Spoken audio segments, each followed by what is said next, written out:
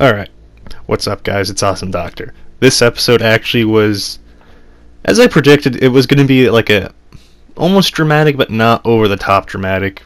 Actually, I was right about deaths, but let's get into the beginning of the entire, review of everything. So we see in the beginning kind of Hiro Zero 2 kind of filing her horns down again, and Miku kind of gives Zero 2 these flowers. And I'm starting to really enjoy this kind of, they're all like a family now, and it's beautiful. I really like that. And of course, this episode's called Paradise, and quite honest, this paradise they have is their family and Squad 13 being together. And it's going to be ruined because of the Nine.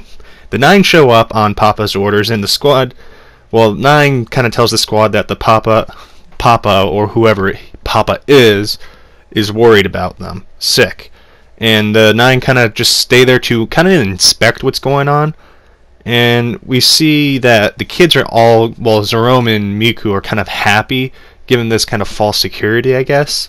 And it's very interesting. And we see 9 Alpha talk to Zero 2 about pretending to be human, how it's not going to work out for her. He's kind of being a bully to her. And Zero 2 literally shuts down 9 Alpha by saying, "That's not my name." And 9 Alpha kind of talks about how you're gonna not take Papa's name for yourself. She goes, "No, I only take my name that my darling gave me."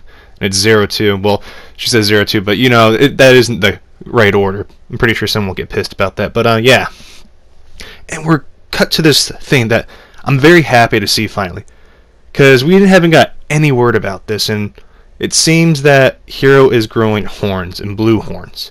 And this kind of takes this book idea that people keep thinking is going to happen and throws it out the window. And I might actually do a video about debunking the book. If you do guys, want me to do that, comment down below if you do, because I'll do it if you guys want, basically. But we see Zero 2 blame herself for what she did to she made Hiro that way, and Hiro goes, "No, I'm happy about it because I can be like you now." And they kind of bump horns together. I thought that was the most adorable little thing. Yes, that's the thumbnail. I know that's the thumbnail. But we see that, as I said, Hiro's happy about the horns, and that's a very good thing to see. Finally, that Hiro kind of is so in love with her that he doesn't care anymore. That he just wants to be with her, and it's the same, and it's beautiful.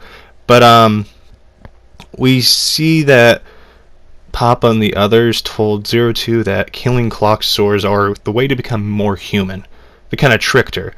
And that's we finally understand why she was like that from the beginning, and it makes sense now. And we see Hiro is just terrible at drawing. It was actually really funny because Zero 2 went into her little trolley moment again, and I just thought it was amazing. And we see that Zero 2 and Hiro are now writing their own story, which signifies that they don't care about whatever happens. They want to do what they want. And I'm just really happy about that. And I can't wait, because that is beautiful. So we see next that Kokoro kind of gets, go to the bathroom and bumps into one of the 9.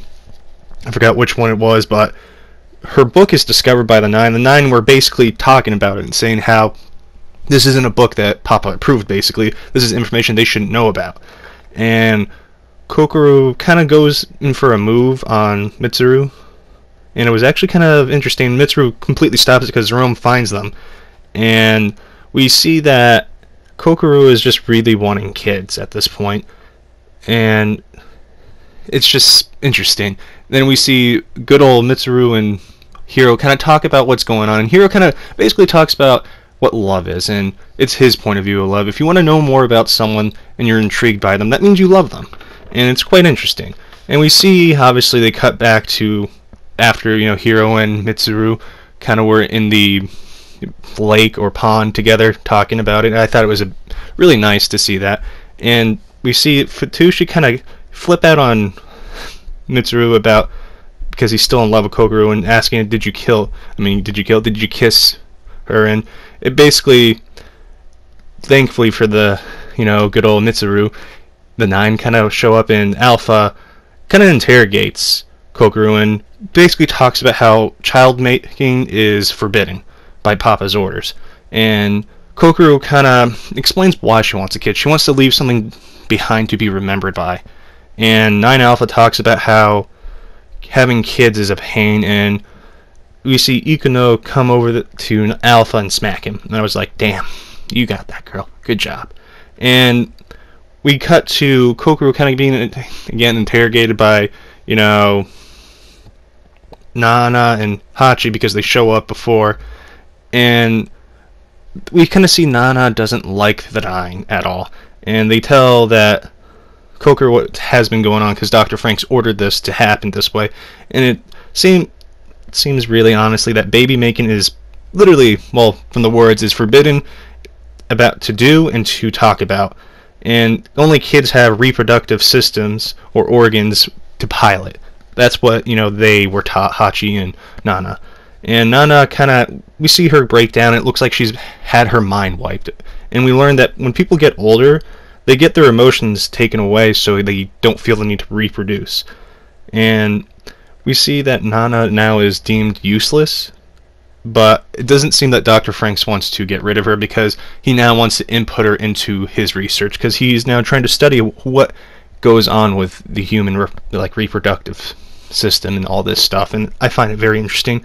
And we the AP kind of go down and try to basically tell the Clock Store Princess to surrender, and it doesn't go well, and she kind of kills both of them and any in the squad that was with them.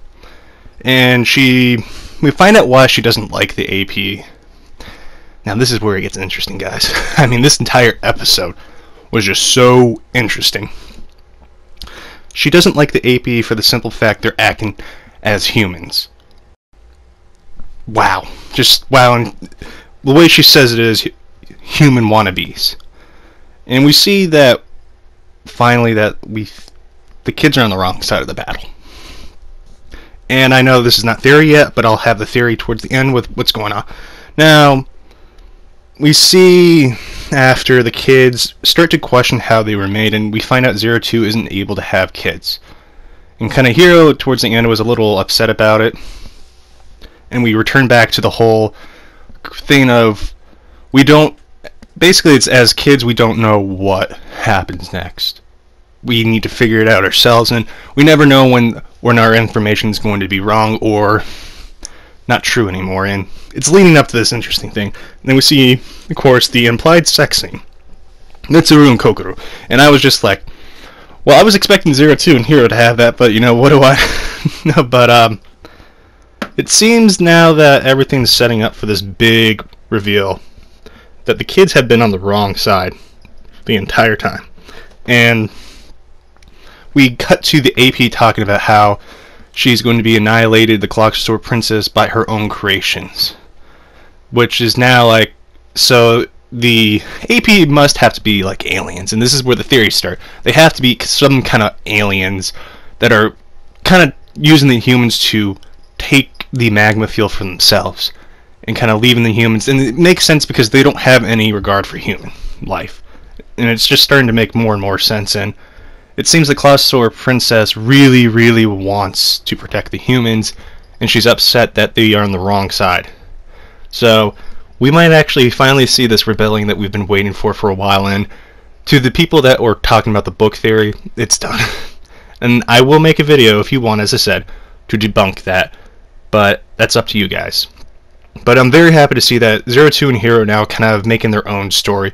And how 02 is talking about how she loves this and how she's happy with her life, and Hiro is happy with her. And it just seems that all these people finally are now kind of coming together. And a little update about like the whole Goro's voice actor. He's still in the hospital recovering. I really hope he gets better. I don't know if you guys know about that, but yeah, that's what I wanted to say towards the end. But anyways, if you did like this video, smash that like button. If you are new here, subscribe because it is free, and I do make a lot of more anime content. And I will not have any new video tomorrow because it is Mother's Day. So have a wonderful day tomorrow and a wonderful day today. As always, guys, I will see you later. Peace.